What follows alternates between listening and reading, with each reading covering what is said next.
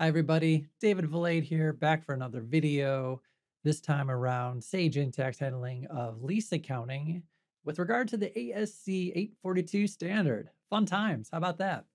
If you do like these videos, if you do think these are things that are worthwhile having out in the world or in the universe at large, you can do me a few favors. One, if you want to like or subscribe to this video, that tells the YouTube algorithm that you should love us back and that you love us and we should promote it more to the world at large. That's a huge help. And also, if you're feeling so inclined, you could go over to altavistatech.com and go over to the contact page and tell the powers that be over at the mighty Alta Vista Technology Empire that you love these videos and you'd like to see more of them.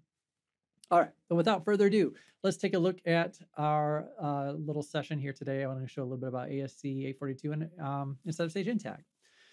All right, I have an environment here, and I'm going to go into our lease module.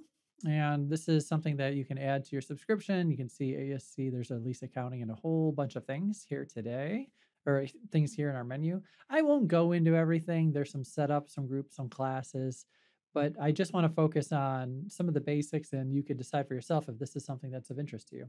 All right. You can see I have 11 leases here, but I'm going to make one from scratch and kind of talk through what's involved. So if you're an old person like me, accounting for ASC 842 is a somewhat recent phenomenon.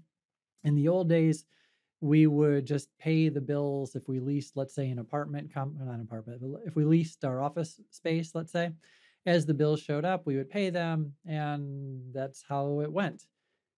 That didn't actually accurately reflect our debt obligation or our assets at the time. So there were some things that could basically our balance sheet was not properly stating our commitments and our assets. So that changed. So now you have to do this the calculations here. You have to make some entries for all of your capital leases. And there's a little bit to it. So why not let the software do it? I like that idea. So I'm going to go make a new lease, and let's just kind of talk through what's involved. Right. So this first time I spin this up, it has to go through the process, and it says, let's go make a few things here. Let's make a lease. Great. I'm going to make a lease here, and I'm going to call this, let's say, Michigan. We'll say Southeast Michigan office, something like that. Perfect. And my description, I'll do pretty much the same thing. I could be more specific here. What I've seen some of our clients do, I think I typoed that. Let me fix that here. Copy and paste to the rescue, right? Not get it yet. There we go. What I've seen some of my clients do is they'll make the lease something more broad, and the description might be a little bit more specific, like a certain apartment number, not apartment number, office number, that sort of suite number, that sort of thing. Okay, so let's say I'm going to do a 5-year lease. I'll do this starting January 1st, 2023. Doesn't have to be the first day of the year. I'm just going to do it that way. And so there'll be all of 23, 4, 5, 6, and 7. So I'm going to say 12, 31, 2027. There we go. And I have the basics here. A few more things. I'm going to pick a group here. You get to set up these groups. This handles how you, well, group things inside the system. And I have one here for a U.S. small business. I'll pick that. Pick a class. I'm going to pick my U.S. finance or offices maybe might be better. And maybe I might click into that. Well, I'll save that for later perhaps. But what this does is this is telling the system the rules of the game. This is telling the system what GL accounts to use, what journals to use. So basically, I don't have to think about it when I'm adding a lease. I might only have one class, let's say, but you pick the ones that matter to you, and then you move on. I'm going to pick a lease payment. Let's say I pay, $1,000 a month, something like that. Oh, so total lease payment, and that's over 5 years. Let's say one a month. So that would be $60,000. Okay. If there's any kind of adjustment, I'm going to say no. And then this is interesting. I can optionally here pick a vendor. So let's say global properties, that's right at the top. Let's say that's my vendor. I'll pick a currency. If you have multi-currency, you need that. And then we have to pick a rate. Okay. Now, if you don't know about rates, what those are, the new standard is that you have an imputed interest rate. So you actually have interest that you need to book as part of your entry. One way to get that is if you go to a website here, I go to the daily Treasury rate over at U.S. Department of Treasury. This is home.treasury.gov. We might drop a link down below in the YouTube video. But what you would do, like pretend I was entering in a lease of January 1st of 2023 and it was a 5-year lease, then, or January 3rd, I guess, because of the holiday, 3.94% would be a good percent. Okay. You can talk to your CPA. There might be other leases, or excuse me, other interest rates that might be more applicable, but that works for me in this example. So I'll say 3.74%. How often do I have to pay for that lease? I would now pick that. Let's say I would pay there's more complicated examples I'll get to, but let's say I have to pay on the last day of the month, and AP bill creation, the system can generate a bill for us. So I'm going to say based on terms, that works for me. And if I save this, I can do some attachments. Yeah, I haven't saved it yet. So this looks pretty good. I have some information here. So I'm going to click save.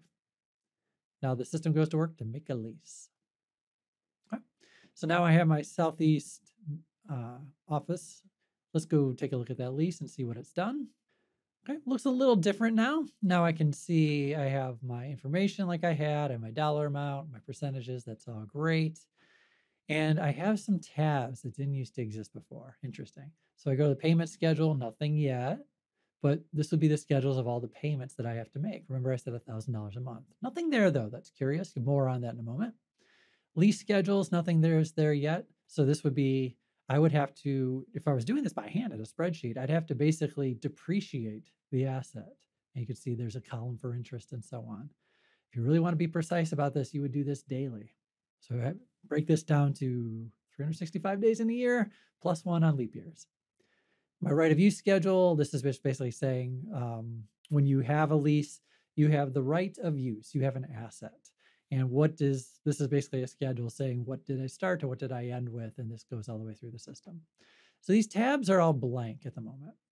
So what we do is after I put in the basics, I can just review that, make sure that's up to my liking. I could edit if I needed to fix anything.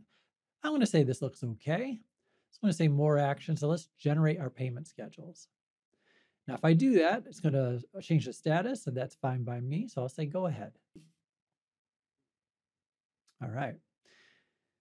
Well, so now if I look at my payment schedule, I can see, yes, look at that. One every month. Sure enough, it's $1,000.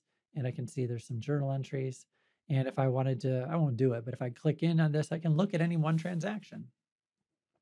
This is also interesting because I can actually edit these. I can change these. So if you had some weird sort of balloon payment or the amounts were uneven for some reason, you could make some changes to these schedules if you needed to.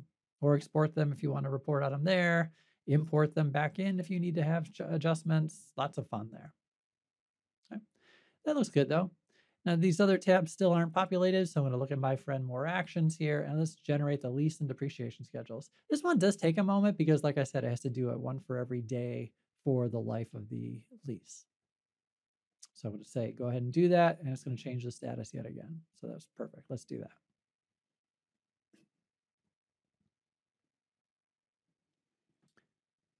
All right, and we finished. So with my example here with all these different dates, you can see per day, the system has made 1,826 different little entries. I can see $5 of interest per day. Rounding a bit, it goes up a little bit here just because of rounding later in the month.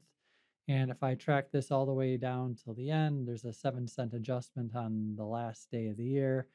And you can see interest drops to 10 cents or so. So this is gone and it's made all of the different, calculated all the interest and liabilities that I would have for every month. And if I click over to the right of use, I can see this would be my opening balance. And then I would have to book $27.35 in depreciation per day, in addition to that interest that's implied. That's a lot of work that Intacct's already saved me. So thank you, Intacct. That's great. But it gets better, right? So I am now done with this little lease. So I'm going to leave this and let's go take a look at another lease that I actually have that's been up and running for a bit. So I'm going to hop over to my list of leases. And this time, let's look at this one. This is computer equipment. Numbers will be different here, of course, and we'll see some different examples of how you might set this up. So this one is for a different period of time, as you can see. This one, total lease payments of $36,000. We're getting a little fancy here. It looks like the AP payments are every X days from the start, so 14 days. So it looks like we're paying, if I'm reading that right, twice a month. Okay, interesting. So we have to pay 36 payments 2 times a month. That's okay. Different interest rate, that sounds fine. I could see all the good stuff there. Great. If I look at the payment schedules, I can see, it looks like I entered this during 2023, so I can see the different payments. And you can see, yep, there's the 11th and the 25th. So these dates here, remember I can edit those if I needed to, or export these and re-upload them, whatever the case may be. But what the system is doing here is it's creating the payables for me. Clever, right? Says these are already posted. That's a setting. So I actually can come to this lease, and if I drill in on that AP bill, I can see the first one that the system doled out. It's right here. It says the bill number is lease computer equipment for that date. That's great. I can see that one is posted. I can see the accounting, including the GL account that came from the class. All well and good. This is great. Not paid yet. The system won't pay it for us. It'll make the payable. But of course, I could pay it with just a click. And then however I choose to pay it, either by check or recording a transfer, ACH, whatever makes sense. Pretty nice, right?